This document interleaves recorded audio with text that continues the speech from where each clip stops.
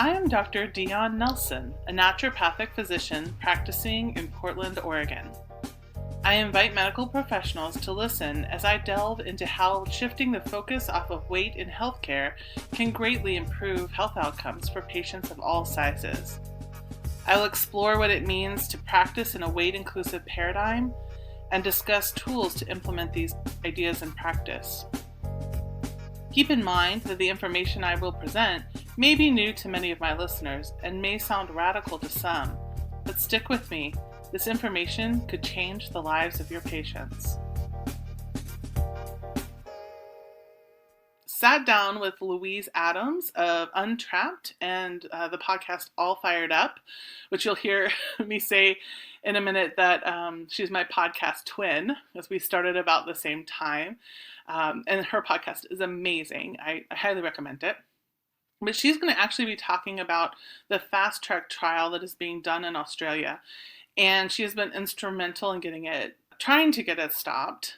That has not been successful, unfortunately, and you'll find out more of the details as we go on. But we really she talked about what she did, what the trial is, why she thinks it's unethical. I agree with her. And then there's even an update about how it's going. So they've actually done some preliminary work. And so we talk about that as well, which was just great timing. And you can also hear more information about it on her podcast as well. I just wanted to get her on so that I could really boost that signal. I also wanted to put a content warning out to all of you before we start. In the interview, we do talk about intermittent fasting, eating disorders, intentional weight loss, and we do mention some numbers a few times. I think they're going to be about 30 to 40 minutes in. So, and then particularly they're around normal adolescent weight gain. So if that is problematic for you or triggering for you, please be aware that it's there. And most of the conversation centers around the trial, which is being done on teenagers. And so that could also be very triggering for a lot of folks. So I just want to encourage you to take care of yourself. You can get somebody to maybe preview the episode and just make sure that everything's, okay, or maybe skip the episode if you're concerned, or, be prepared to just kind of take care of yourself and support yourself, or stop it for a while and listen slowly. So I think that is all of the warnings. Louise Adams is a clinical psychologist, the founder of Treat Yourself Well Sydney, and the creator of the Untrapped online program and community. She has written 2 books, Mindful Moments and the Non-Diet Approach Handbook for Psychologists and Counselors, with Fiona Willer. She has been practicing in this field for more than 20 years. Louise is also Vice President of Health at Every Size Australia. Louise has a special interest in problematic eating, body image, and weight struggles. She fights to educate people about the cruel trap of dieting, which only sets us up to fail. She uses an evidence-based anti-dieting approach to empower people to achieve permanent lifestyle change. Louise is wholly committed to the Health at Every Size movement and to spreading the word about shifting our attitudes about weight and health. Louise is determined to make a difference in changing society's perception about health, diets, weight loss, and bodies. She believes that people can approach health and happiness without attaching it to weight changes. She's for body diversity and against fat prejudice. As well as her work with individual clients at her private practice, Louise conducts workshops and conferences for the general public and health professionals interested in changing their approach to weight issues. She's the host of the popular All Fired Up podcast and often turns up in magazines, newspapers, radio, and on television to spread her message. She blogs, she tweets, and she never shuts up about these issues. And that is one of the reasons I love her. She's amazing. And now, we'll start the interview. Okay, so welcome to the interview with Louise Adams. She's a therapist in Australia, as I mentioned before, and she also has her podcast All Fired Up. And she's actually my podcast twin because we started our podcast at the same time, which is very exciting. But I highly recommend you listen to her podcast.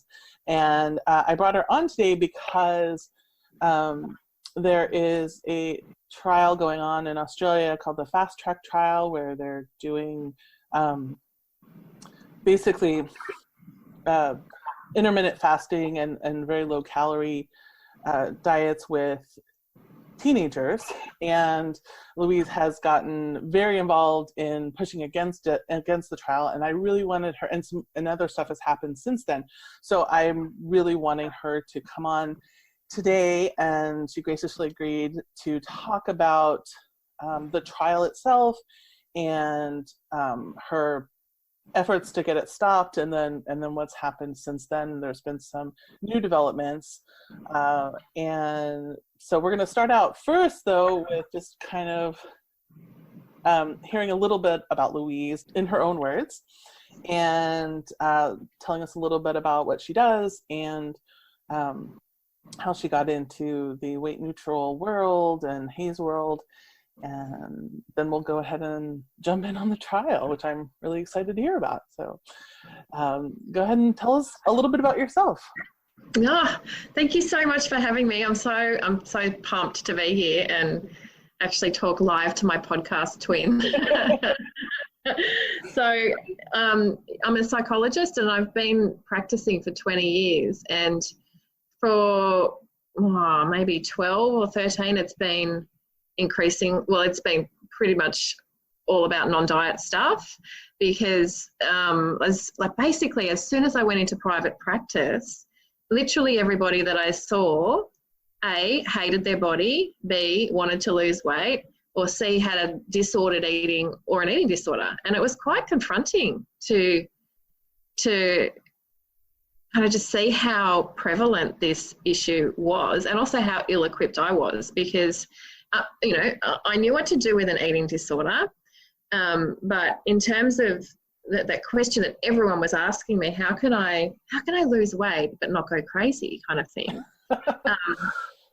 So I did a lot of research. I basically did what Reagan Chastain talks about, like just dove into the research, and I'm thinking, what works, quote unquote, but right, what's also, not going to be safe for people, and not make them go down, this disordered eating route.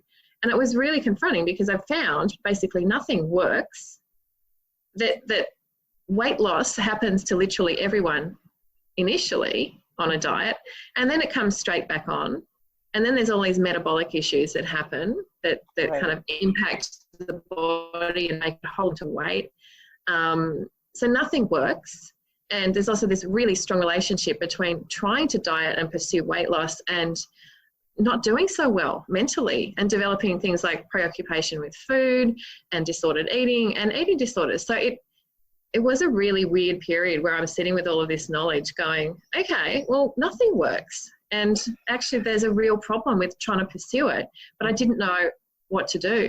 So then I found this amazing book, and it was called If Not Dieting, Then What? By Dr. Rick Korsman, who's an Aussie GP who really, in Australia, he really brought the non-diet health at every size stuff into public awareness. And he's just done phenomenal stuff with, he's done workshops and he does training, and he's just been he's amazing. Anyway, I read his book and just couldn't sleep for days because I was so excited, because finally something made sense. So I jumped on a plane and went to Melbourne and did his training, and that's when, I guess my obsession with health at every size and this whole approach, because it's like you wake up and you realize exactly what's wrong, and you realize, kind of wake up and look at the matrix of where everyone's stuck, and you can see why everyone's stuck, and we can see how oppression and prejudice and the intersections of all of these injustices happening. So I've just basically been on fire ever since. And of course, then I found Health at Every Size and Linda Bacon's book, and I came to America and did a week's training with her and Lucy, and yeah. So it's been this is my community, and doing the work with clients and doing the work on myself, it has been, there's no question that this way of looking at everything really makes sense, and it really can free people from really debilitating psychological problems. Yeah, absolutely. So that's me. Sorry, that made me think. I just recently heard on a podcast, and I think it was Dietitians Unplugged, but I might be wrong. Anyway, somebody was talking about how it does take a lot of effort to shift your mindset out of diet culture and like into intuitive eating and all of that stuff. And so initially people might think, well, this is just like a diet. I'm thinking about food all the time, but the thing that I thought was so great that they said at the end was, once with a diet, you end up stopping the diet at some point and you get another diet. So you're like, just never stop thinking about food. Whereas with health at every size and intuitive eating and really just making a peace relationship with food, it works. You have to work hard initially, but then it stops. It goes away. You're able to like open your mind and actually do other things, which is fantastic. Unless of course you work in the field and then you're still always thinking about it, but in a very different way. Yeah, absolutely. But that's such a good point. And I was just talking to a client yesterday who's been doing this work for a couple of years, and she was talking about just the peace that she feels and the ability to get on with her life and think about what's really important. There's so much more to think about than what you're eating. Oh, so much more. Oh my God. There is. And for me, it's increasingly all about social justice and how these systems that are in place are just keeping people oppressed, and how that's really just not okay and has to stop. Agreed.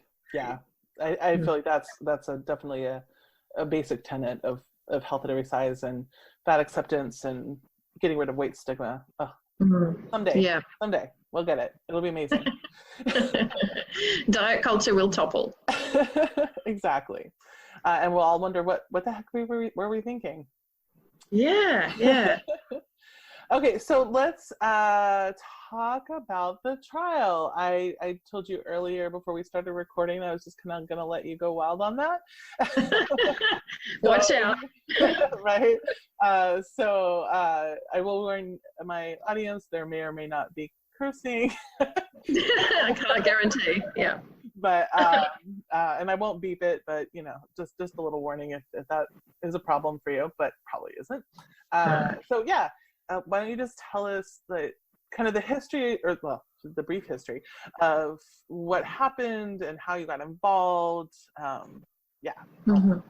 Okay, so last year, so in 2018, I went down to the Australia and New Zealand Association for Eating Disorders conference that we have pretty much every year. And the theme of the conference was courageous conversations. And for the first time in literally ANZ's history, I think, there was a real awareness that was being brought to the lived experience of people in larger bodies, and how things that are happening in eating disorder world here are really not doing justice to people in larger bodies. And so, issues like treating people for binge eating disorder, but then putting them on a diet if they're in a larger body, eating disorder treatment units not being set up for eating disorders for larger people. So it was a really interesting conference with a lot of stuff going on. And in the midst of all of this talk, someone was given a Lifetime Achievement Award for their work here in eating disorder field. And as she was getting her award, she's a well-known body image researcher and eating disorders researcher. One of my colleagues, who's also a psychologist, tweeted, look at the research that this body image researcher is currently receiving funding for. And it was this thing called the Fast Track to Health trial, where 186 Australian teenagers were going to be subjected to fasting for 3 days a week for an entire year. So this is semi-starvation. This is kids who, for the first month of the trial, will have Optifast and less than 700 calories a day for an entire month. after that, for 3 days of the week for the rest of the year, they will be starved on less than 600 to 700 calories a day.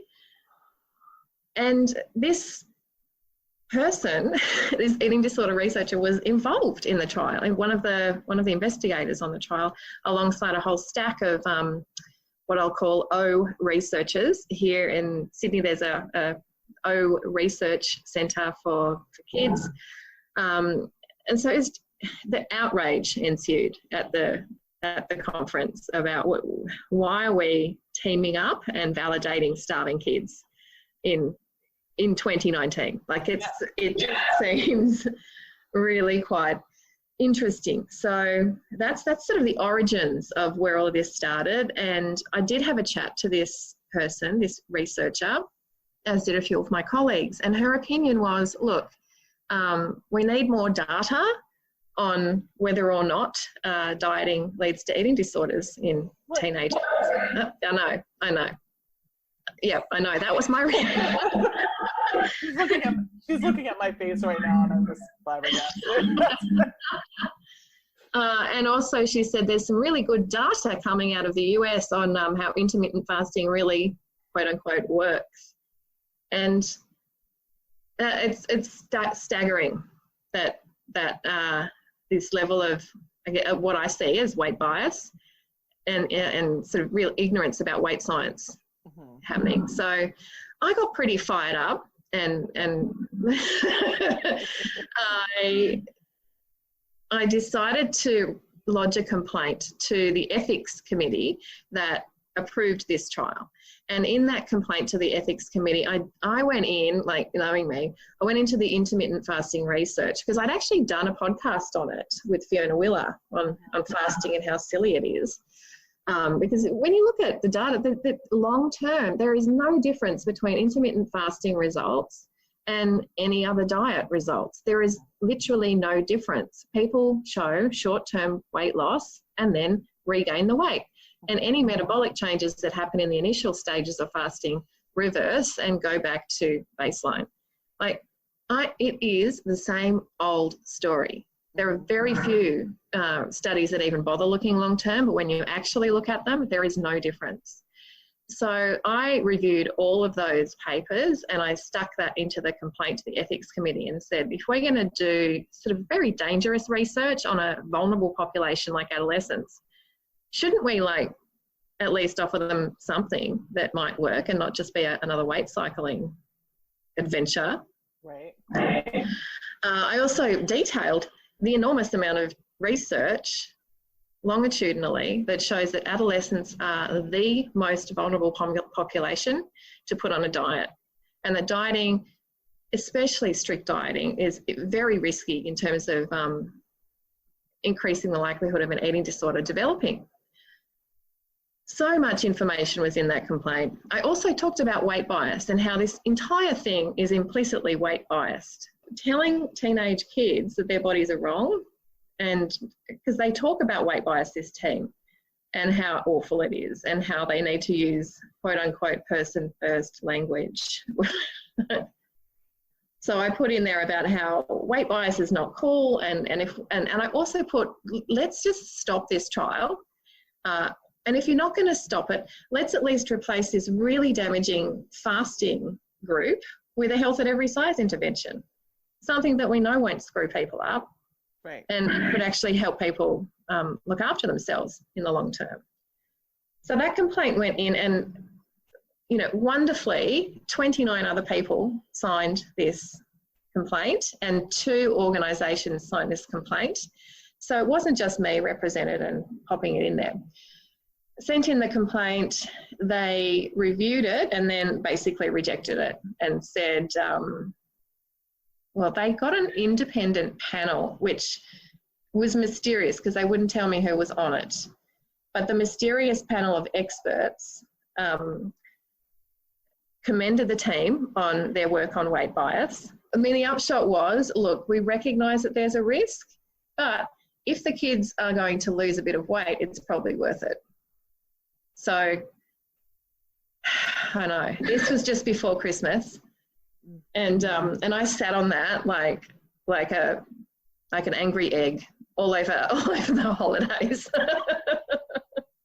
That is such a great Just really mad. And this is a very powerful organisation here in Sydney and in Melbourne. You know, they're a really well-funded team. This grant was $1.2 million. Wow. And it's from the NHMRC, which is, you know, government funded, you know, very conservative. This is big O, you know. Right. So, but I guess me being me, I just got more and more angry about the whole thing. And so I ended up starting a change.org petition, and I called for the trial to be stopped. And I just put up a bit of information about the trial. What I was thinking is, because I was going to appeal my complaint and send it, you know, one level up to the CEO of the hospital. And I thought, if I can get, you know, some more signatures on that complaint, then maybe they'll see that there's quite a lot of people who think this is a bad idea. Mm-hmm. And that went kind of viral, and 20,000 people signed it. I couldn't believe it. I was literally hoping maybe for a couple of hundred people. And it just, like, for a few weeks there, it was like, wow.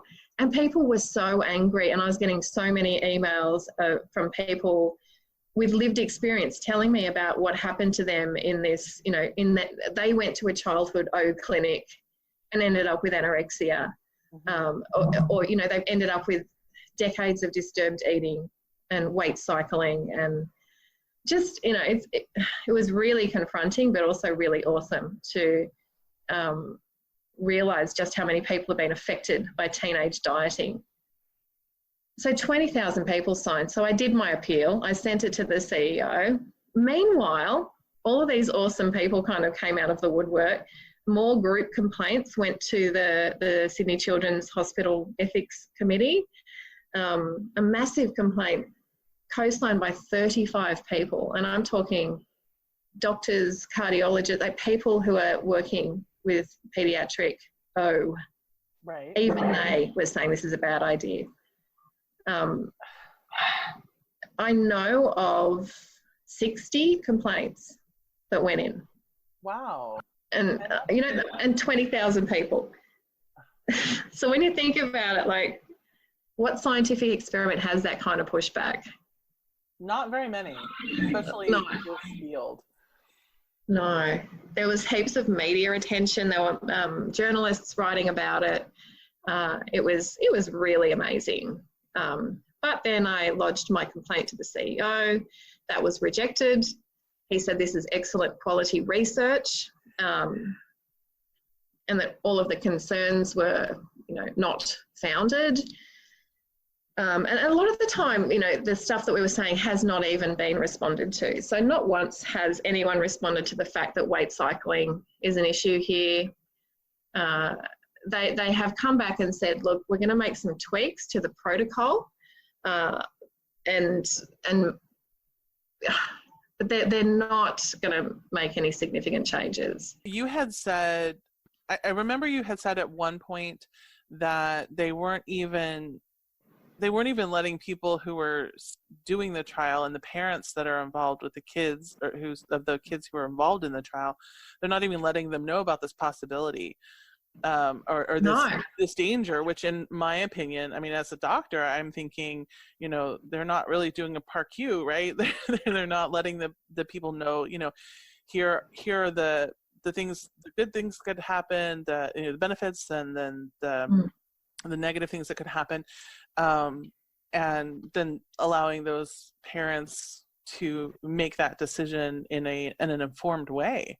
And that is right. It's I mean, like you said, it's unethical.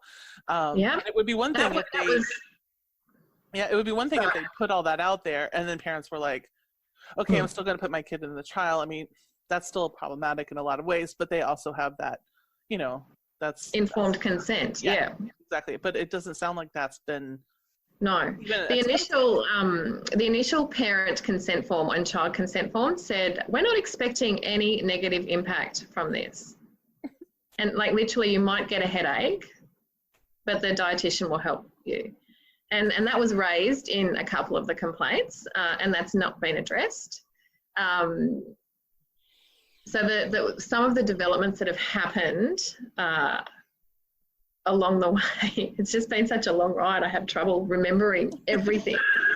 But because the Butterfly Foundation, ANZ, and Eating Disorders Victoria and Queensland, so like some pretty big players in eating disorders here in Australia went and met with the team to say, look, we need informed consent about risk.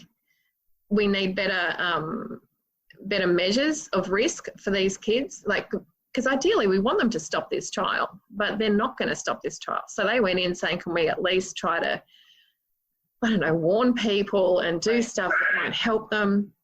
So the team agreed that they would follow up on that. That was in February, and it's June.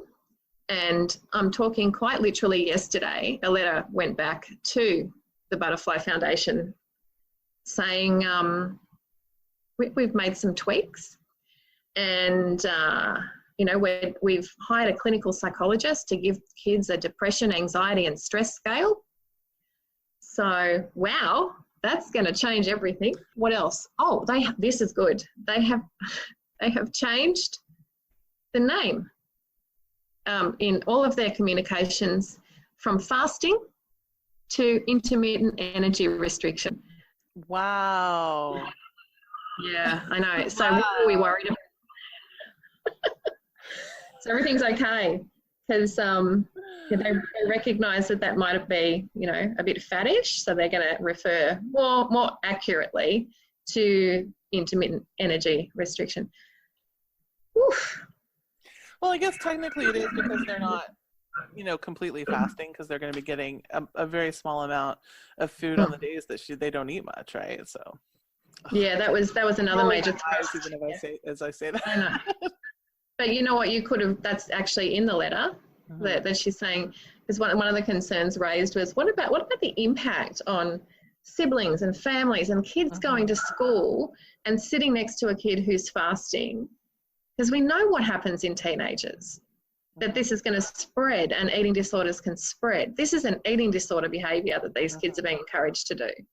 And especially if the participants are losing weight, which they probably will initially, then everybody's gonna be like, oh, well, that's working really great, And, I mean, teenagers don't have, no offense to any teenagers out there, but like their brains aren't done yet, and they don't make decisions in the same way adults do, which is why their parents are supposed to be in charge. Well, I know, but if the parents and if there are teams of powerful pediatricians saying this is good behaviour, severe restriction is great if you're in a larger body.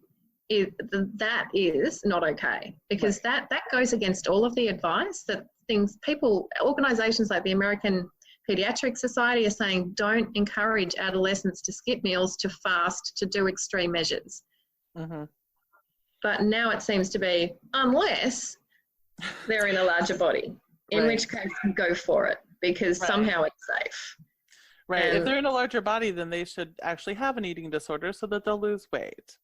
I am not joking. They're saying, right? Yes, that is exactly what they're saying, and that is exactly their argument, is that these kids should develop restrictive behaviours but not tip over into actual eating disorder. Right. And if they do and happen to go, get too small, lose too much weight, then it's going to be like, oh no, now they have an eating disorder. What happened?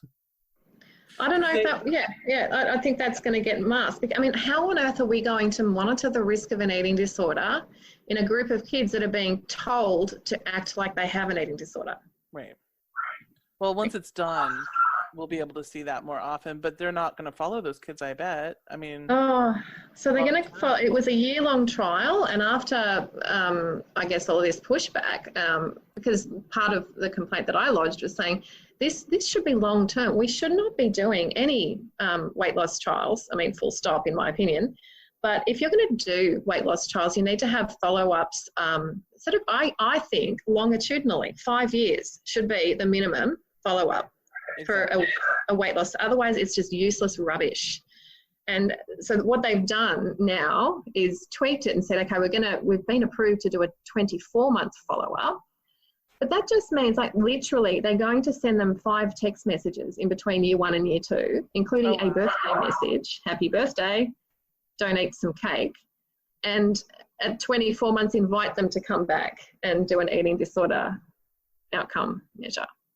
So it's still, and you know what? I've researched this team's prior results. The last time they often do interventions that aren't very long. The last time they did a 2-year intervention, guess what they found by 2 years? All the weight was back. Right. All the metabolic factors were back. Of course they were, because that's what happens. Yeah.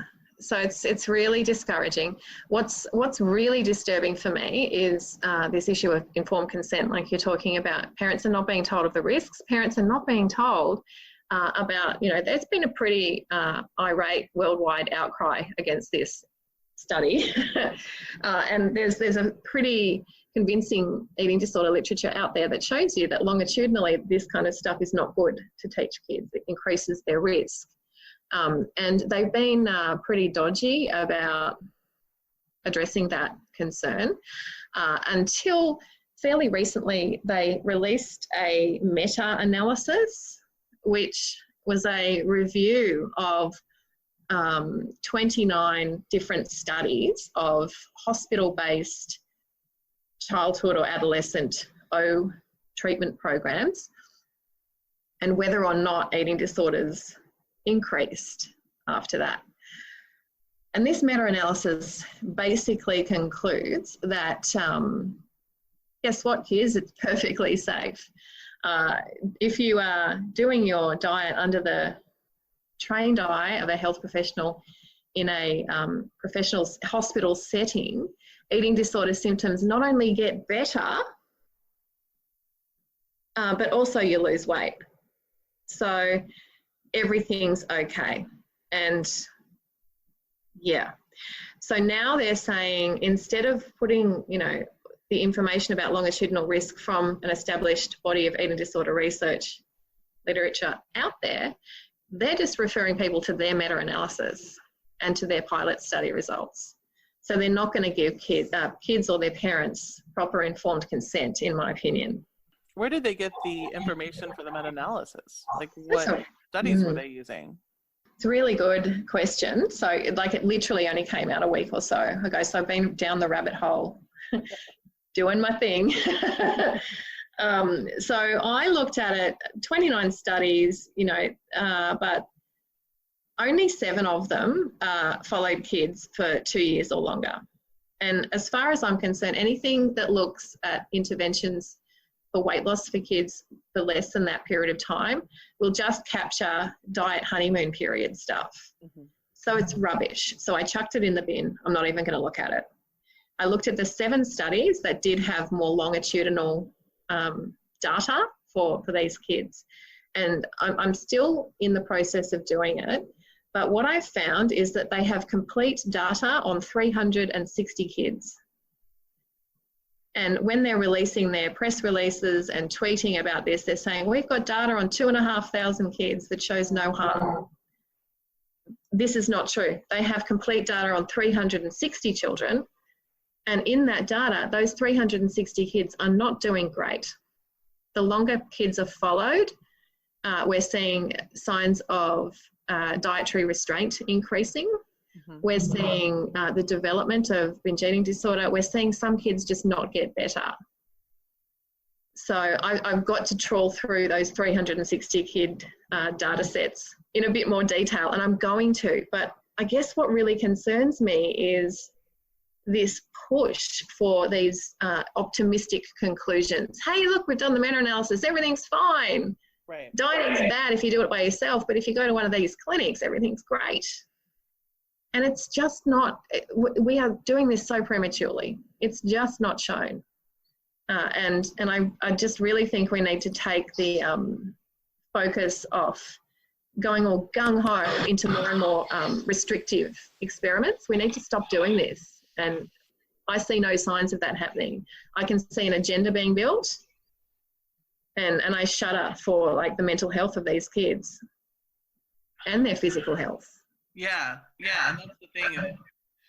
yeah, people just don't think about the long term because the weight loss is the only goal. It's the main goal. It's the primary outcome. Secondary outcome is whether or not eating disorder symptoms are happening. But, you know, I've said, like, there is no good outcome for this fast track trial, because if they find that there is no harm, so like no, and I think that's what they're going to find, because they're just not following the kids for long enough. No. They're not going to find, and they're going to be just asking kids in the honeymoon period after their weight loss, hey, you know, how are you going, feeling about your body? And they're just like, great, I feel amazing. You know, all of my peers are telling me I look great. I'm, you know, going out on dates, all that kind of stuff. Like, yeah, they're going to feel amazing. And the team. That's right. And the teams are going to be congratulating them.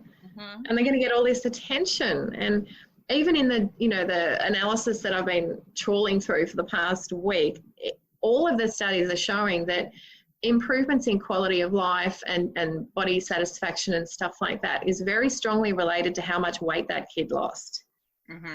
Yeah. So all we're doing is tying weight loss to psychological well-being. I don't think that's a very healthy thing to do to an adolescent, especially if it's a larger adolescent. Yeah, and especially since we are, I mean, the studies have shown for years that the weight comes back eventually. Exactly. And it's something that. Unless they go into a full eating disorder, in which case they might even get smaller, but that's a whole other issue, right?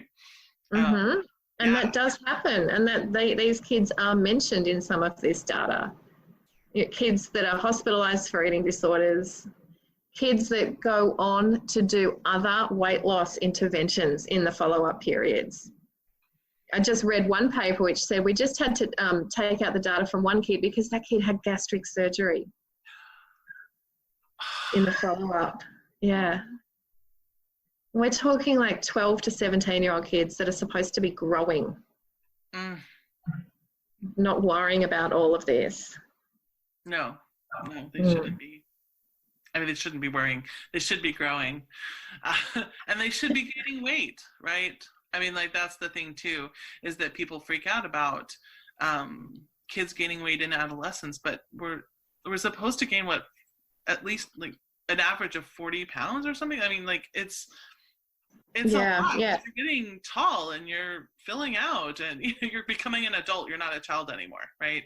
And, like, that's the point, is that you're becoming an adult. And so if you're suddenly being starved to death, and if you look at, I mean, when you look at things around like osteoporosis and stuff, this is when kids are building their bones, like the most bone building that they are doing in their entire lives. And if they're not getting enough nutrients, if they're not getting enough calories, you know, like those bones are not going to be as sturdy, and they're going to have problems. I mean, you know, certainly problems that are going to come up so far down the line that it won't be their fault. Yeah. It's never going to come out in a study. No, they're not going to actually design this study in order to find the things they don't want to see. And an example of that is the fast track pilot study, which has also come out, and I have kind of disemboweled a little bit in my blog, because it is really concerning what happened there. So in the fast track pilot study, there were kids aged 12 to 17, and they did it over 6 months. So they starved them for 12 weeks on Optifast, 3 days a week, and then, you know, followed them for 6 months. So they got 30 kids in larger bodies. A lot of them were from non-English speaking backgrounds, lower income backgrounds. Yep. I was just thinking, like, how can you make this worse? And there you go. I know. Many of the kids in this demographic, and the same goes for the full-blown version of the fast track trial. So 30 kids went through. You know, before the 12 weeks were up, 8 kids were gone, dropped out, too much. And all they say about them is that, you know, those kids weren't, you know, they were higher weight. So, yeah, let's not worry about that. let's go into what happened to the other 21 kids. So they didn't, they did the Dutch eating behaviour questionnaire, which it just covers 3 issues: dietary restraint, emotional eating, external eating. What they found is their restrained eating went up, which is an eating disorder risk. But you know what's weird? They didn't even talk about that. They're like, dietary restraint increased, full stop, moved on to the next point. So a real indicator of eating disorder risk was like blatantly ignored in the published paper. And what they focused on was weight changes, of course. Right. Yeah. It was actually really hard to figure out what happened to the kids' weight, because they do this, they report weight changes as percentage of BMI 95, which is, I know, just horrendously difficult to understand. I'm going to try to explain what it means, but it's BMI at the 95th percentile. So kids at the 95th percentile plus, and then it's the percentage of BMI above that 95th percentile. So it's I actually need someone like Fiona Willer here to explain it properly, because like when she's next to me, I can remember it, but then it goes straight out of my head again. So, and I have 3 degrees, and I did statistics for 6 years, so I can't really grasp it. Right. So the everyday person can't grasp it. But so they're tracking changes in BMI percent 95 and put that into their paper. So it's buried. It just sort of says kids lost weight over that 6 months period. But luckily for me, in my obsessive trawling through the literature, I found that the author did a presentation in Adelaide at an O conference, I think, or a nutrition conference, where she presented the actual data. Yeah. So I was pretty happy when I found that. Fantastic. And yeah, the study hadn't finished there, but she had completed data on 19 of the kids. And what it said there is outcome. So at 12 weeks, there were 20 kids. They lost 3.5 kilos. At 26 weeks, this was not maintained. They had lost they were back up, so they're now they lost an average of 2 kilos, so they gained like 1.5 kilos. So it actually shows you what happens. Mm-hmm. In the fast track trial. You're going to starve for 3 days a week in the middle of your adolescence. You're going to lose, not a hell of a lot of weight, and then it's going to come back on again by 6 months. Yeah. In the published paper, you can see that there is a kid in there, one kid, who lost a whole ton of weight, because she's got like a funnel plot where she's got like little dots with all of the kids.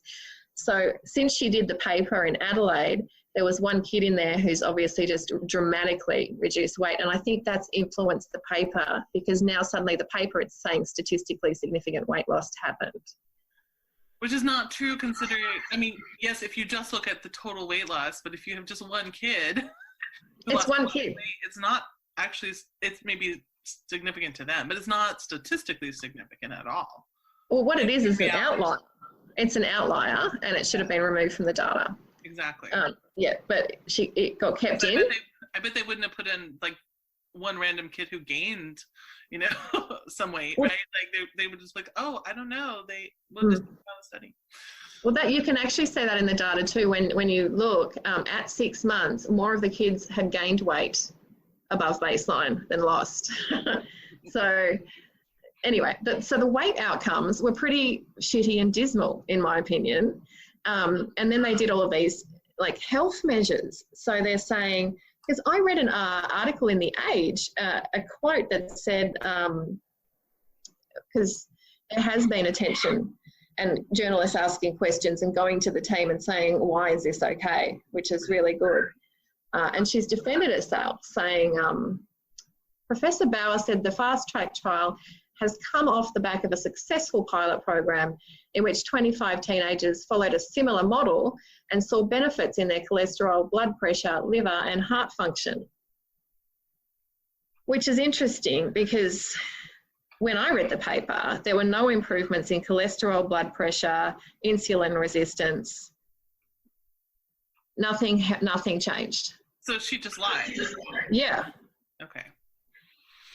There were changes, small changes in plasma triglycerides, but those were normal range to start with. And they measured 9 vascular areas, and there was 1 change in I think arterial wall thickness. Wow. So I know. And that's it. So we know from the pilot study that a third of the kids dropped out, very little weight loss happened, the weight regain started to happen, health changes weren't impacted, and dietary restraint increased.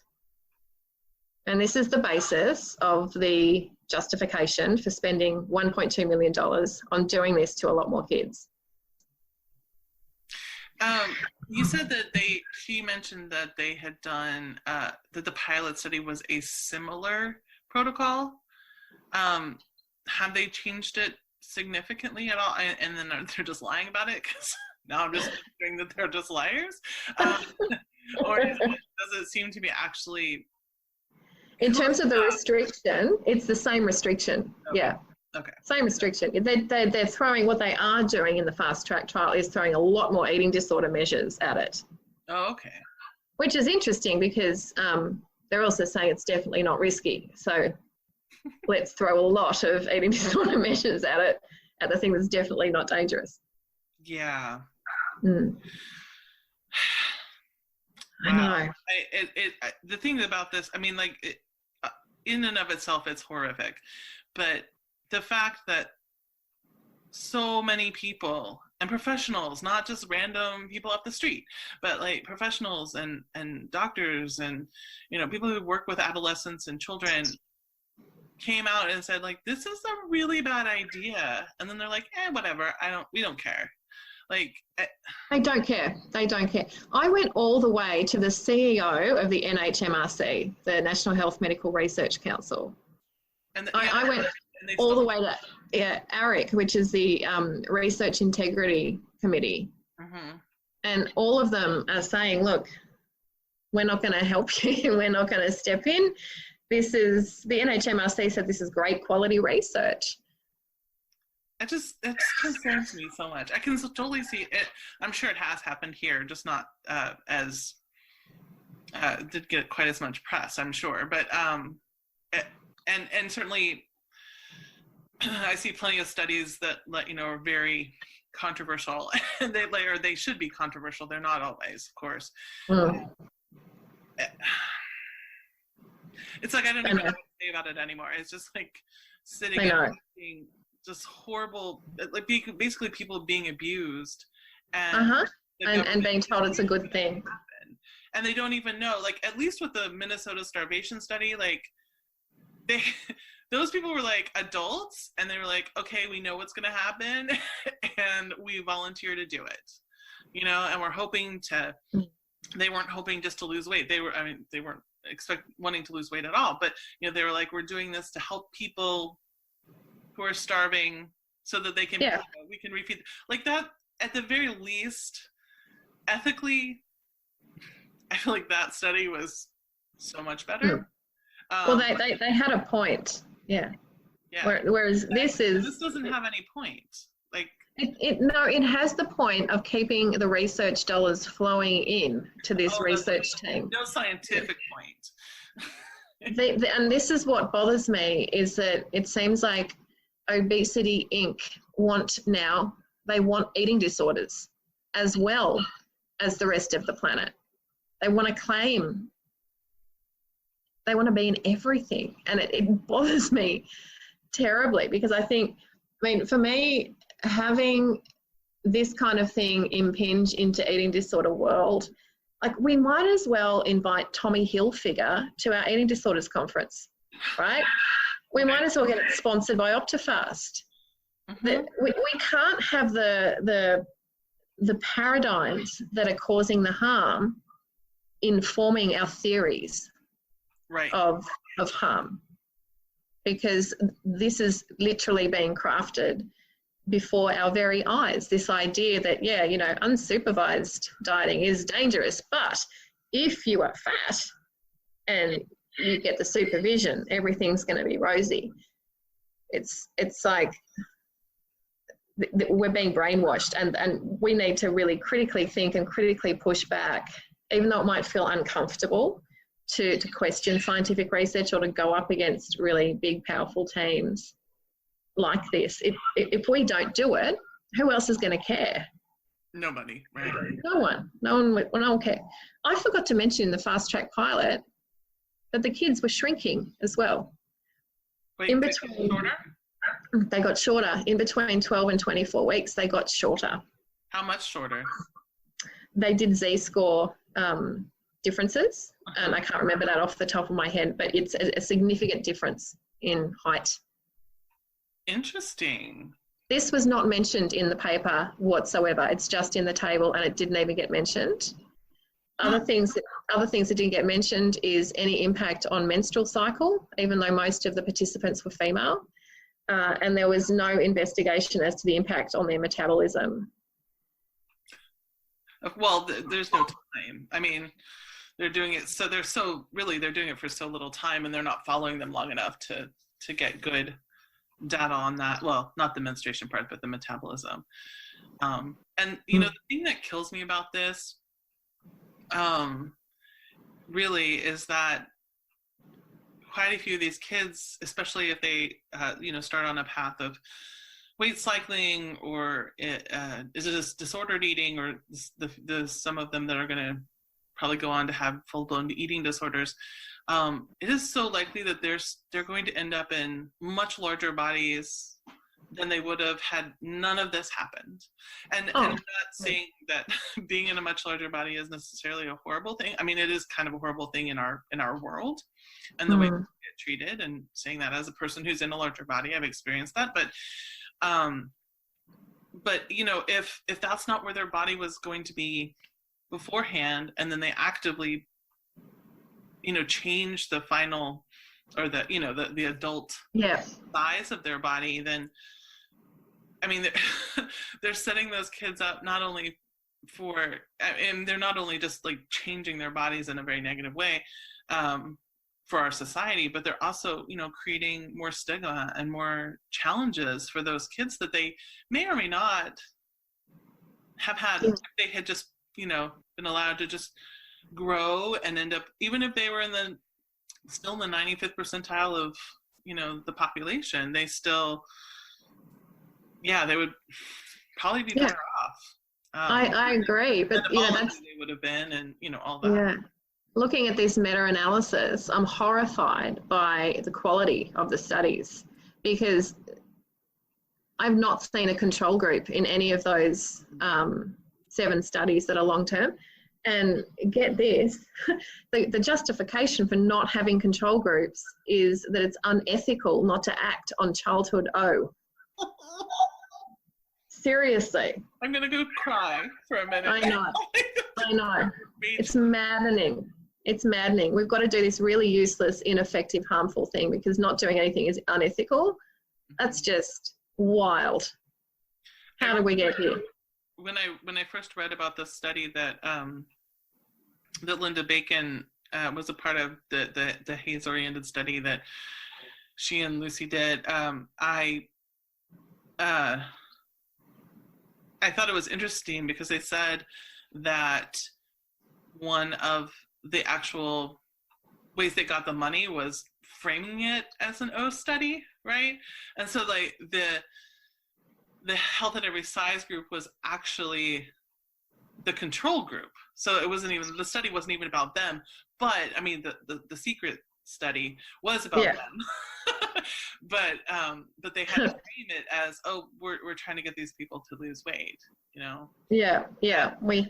Fortunately for that control group, quote unquote, you know, they ended up certainly with the better end of that deal, because they all ended up, at least for the follow-up, which even in that was only 2 years. So I still would have loved to see longer follow-up with that as well. But, you know, they basically were doing so much better. So like, and we have studies like that, but nobody's going to fund it if that's the experiment. They're only going to fund it if we fake it and say that we're doing it for, you know, to save people from fatness. I know. I know. We have so many layers of weight stigma to cut through just to get this whole possibility investigated, which this is just where we're at. But to invest so much money and so much time to such a useless intervention, it's gobsmacking.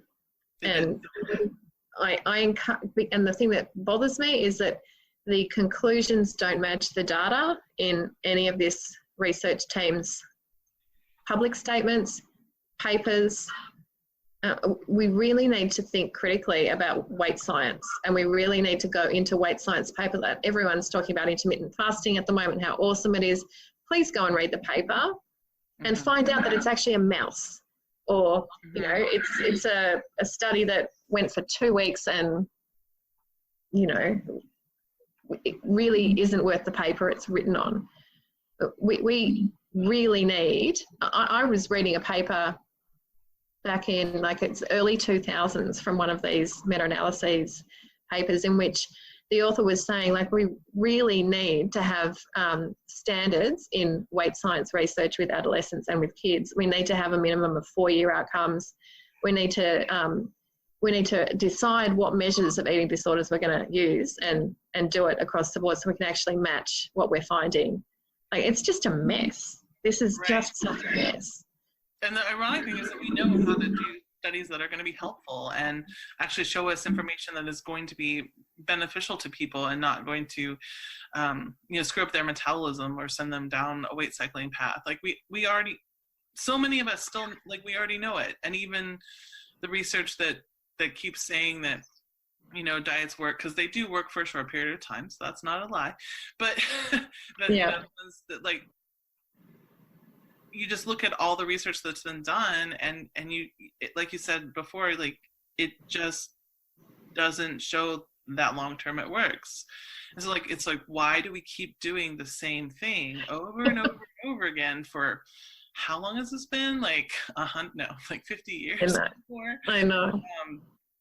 And then of course we've got all these correlations to all these other diseases, and everybody's freaking out about that. And so I just actually briefly read, I didn't read the full article, but the headline was diabetes cases are going down, but obesity cases is not. And oh wow. Why is that happening? And I was like, oh goodness gracious. I know. Yeah, it's like looking at the Matrix again. It's oh Christ, people, come on. Right. Pull your head out and have a look at this. And the thing is that the sad thing is that your average person is not going to go find these studies. Very often they're behind paywalls, and I know. And I mean, I took a class on how to read this stuff. I still sometimes I'm like, wait, what was that again? And like you said with the statistics, you're just like, I know. It's been a minute since I took statistics. Yeah, it is hard to understand, and then there's the whole statistical fuckery that they are doing. Exactly. That hides things, because this meta-analysis is full of statistical skullduggery. It's not okay. It's designed to confuse. Exactly. And yeah. So you have your layperson who, number one, isn't going to go pay for, to go research that. I mean, and most medical doctors and psychologists and eating disorder, they're not going to spend that much time and effort. I think you and Fiona are a small band of people who are really spend all We're obsessed. But most people just don't have the time or wherewithal to go do that. But that's what I also don't have the time. I'm just angry, and so I went and did it. So what we've done is basically there is a website that we have set up called fasttracktrial.com.au, where we have all the information that you might need to know. Fantastic. And we've presented it. So I've got the analysis of the pilot study. We have all of the complaints and all of the research that's in there about risk. We've got personal stories in there of people who really have gone through this. And so I really encourage people to go and have a look at that website and to share it. And if you know of anyone that is thinking of going into this trial or might already be in the trial, to like direct them to that website, because like you said, it's informed consent. We need informed consent. And I'm going to be adding an analysis of the meta-analysis to that as well, because but anyone working in this field, in the field of like health at every size, in the field of eating disorders, working with kids, like be aware that this is the push. The push is on to make diets okay if you're in a larger body. And that is so deeply dangerous. It's going to do such a disservice to the field and to people. It's been on, it's just not stopping. No, it's gathering momentum and it's getting research dollars, and very much here in Australia. It's yeah, it is. And it's like we are the ones that have to stop this. Yeah. So get loud, get angry. Well, that's why, I mean, that's part of the reason I do this podcast. And I actually did an interview with Fiona Willer like earlier this month. I've got to all my listeners, there's a bunch of stuff that's going to be coming out, because I think that this one might come out before those all come out, because it's very timely right now. But yeah, I mean, like the people that are in this field that are the heads of this field, and the people who are really trying to do the work, are doing such amazing work. And it's just maddening that there are really so few of us. And I'm hoping that, more and more people hear this podcast and just honestly just open their minds a little bit and listen to it. And and even if you don't agree right away, that's fine. I don't care if you agree right away, but think about it. Yeah, totally. I'm fine if people don't agree with my conclusions that I'm reading into all of this research. That's fine.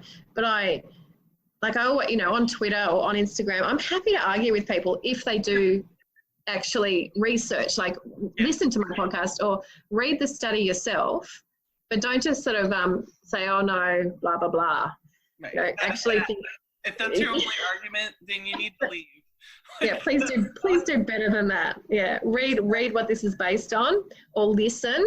Like someone on Twitter the other day was saying, well, look, because I put up something about Emma's story. Emma was 10 years old when she went to a childhood O clinic down in Melbourne, and she was 11 years old when she was hospitalised for anorexia. And when the paediatrician who treated her for her O went to see her in hospital with a tube up her nose, the paediatrician's like, well, this is your fault. You've taken it too far. And seemed absolutely surprised that she developed an eating disorder from her totally safe, professionally supervised eating plan. And someone on Twitter, so I posted Emma's story and said, this is, I've got a lot to say about the meta-analysis, but I want to start with this story. This is what we need to listen to. And some dude pipes up and says, well, I will listen to data over personal experience any day. You're like, great, keep listening. Yeah, good on you. I'm giving you both. Yeah, where do you think it comes from, dude? And one of the, this is good, one of the people in the meta-analysis there's a paper by Epstein et al. One of the subs in that paper, which is a success, which showed that losing weight in an O clinic was great for these kids' psychological self-esteem and definitely didn't cause eating disorders. She's written a blog on it, on her experience. It's called That Time I Was in a Teen Weight Loss Trial. And she talks about just how much of her life has been ruined by going into that trial. And she's one of their success stories. Wow. I know. Wow. So, yeah, we are missing stuff by not listening to people's stories. Yeah. Yeah. People's stories are the most important thing. Data is not always going to capture people's experience. Agreed. I mean, even with this podcast, I often will have, not often, I've done it a couple times where I've had just stories about people's experiences. I always say like an N of one is an anecdotal is not,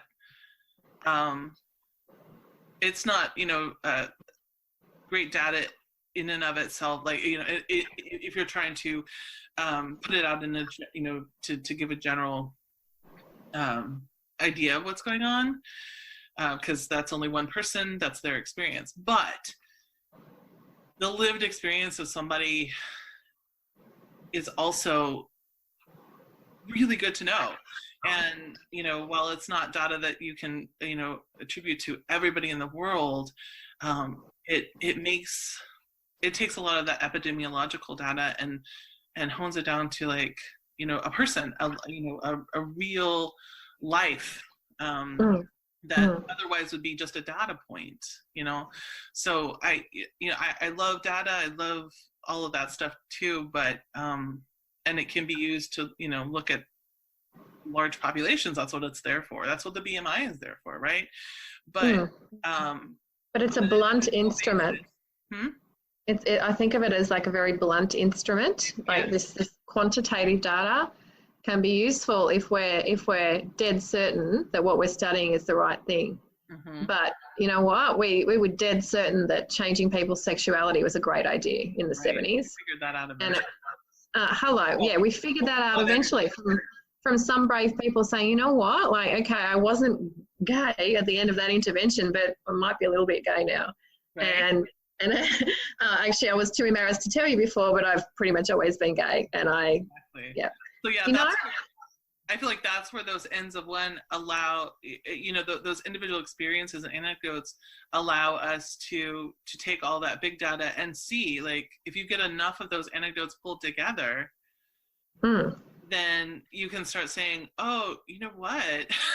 Like, these individual experiences are individual, but they have commonalities that maybe are not completely lining up with this biased larger epidemiological data, right? Or maybe they are lining up, and then you can be like, oh, we're on the right track in this particular, you're studying. So we've got so much work to do with unpacking weight stigma and weight bias and how this has just colored all of this research.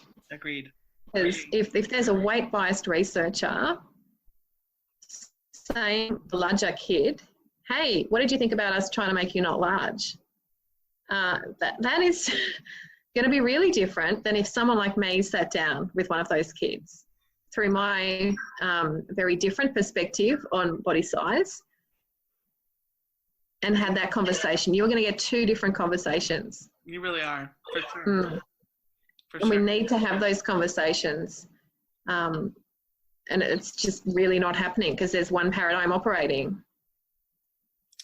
Yeah, well, we're trying to change it, and anybody who wants to join us, let us know. In Australia, let me know here. We can get you in touch with people. If you're a patient and you're like, I can't handle this anymore, reach out and we can help. But I think it will change. I may be a little too optimistic and idealist, but I think it can change. I think it can change. And so, I just keep coming back to like 20,000 people said this is a shit idea and it needs to stop. And they cared enough to actually sign a petition. And that gives me hope. And the fact that so many people wrote in and said this is a shit idea to the ethics committee, this is hope. This is the pushback, and we need to just kind of not be afraid to keep on saying we think this is a pretty crappy idea. Absolutely. And when we hear, I love it when I hear HAES information coming back from, the news or, articles and that have, they're not a part of the community. So, it's not anybody I recognize, and they're coming out and saying, hey, did you know about this? And I'm like, oh, good. It's getting out there. More and more. Yeah. And I'm hoping within my lifetime, but at least within the next couple of generations, that we'll look back on this and just be like, wait, what? Why were people trying to change their bodies so much? And why were they amputating their stomachs and starving themselves? And I don't understand why that was happening. That seems so strange. I would love that too. That's my utopian fantasy for sure. It's like, what do you mean they didn't let them eat? That's crazy. What's going on? Especially when they had food. Wait, you mean they have food, but they can't? Oh, that doesn't make any sense. There are people in the world right now who are like, wait, you have access to food and you're not eating? I would love to have access to food. The only reason I'm not eating is because I don't have it. And I think about exactly. That, it's like, yeah. Anyway, so on that note, let's go ahead and wrap up. I will make sure I get all of those links that you talked about, so I can put them in the show notes, so all of y'all can find everything about Louise that you want. And do you want to tell us just real quick where we can find you online? Yeah, if you want to follow all of my ranting, I'm on untrapped_AU on Instagram, and then untrapped on Facebook. And if you're specifically interested in the trial or sort of pushing back against research like this, there's a Facebook group called Stop the Fast Track Trial, and come and join it. There's all sorts of awesome people in there who are fired up about various aspects of this. And of course, go to the fasttracktrial.com.au website as well. Okay. And then just mention your podcast again. Oh yeah, I forgot. So All Fired Up is my podcast. Please have a listen. It is at the moment talking a lot about the fast track trial as well. But there's other topics too. We do rant on a number of issues with awesome people from all over the world. Yeah. So I'll have to have you on as well one day very soon. Yes, that would be amazing. Yeah, I have loved everything that you've done so far with it. So, yeah. Ditto back to you, twin. Thanks. You're definitely much more prolific than I am, but I'm so glad that we're both doing this stuff and getting it out there, and all the other podcasts that are amazing. Yeah, very exciting. Yeah. Thank you for everything that you do. Thank you too. The theme music was composed and performed by Galen Davis. Cover art was designed by Stacey Bias. Administrative support provided by Paige Carlson.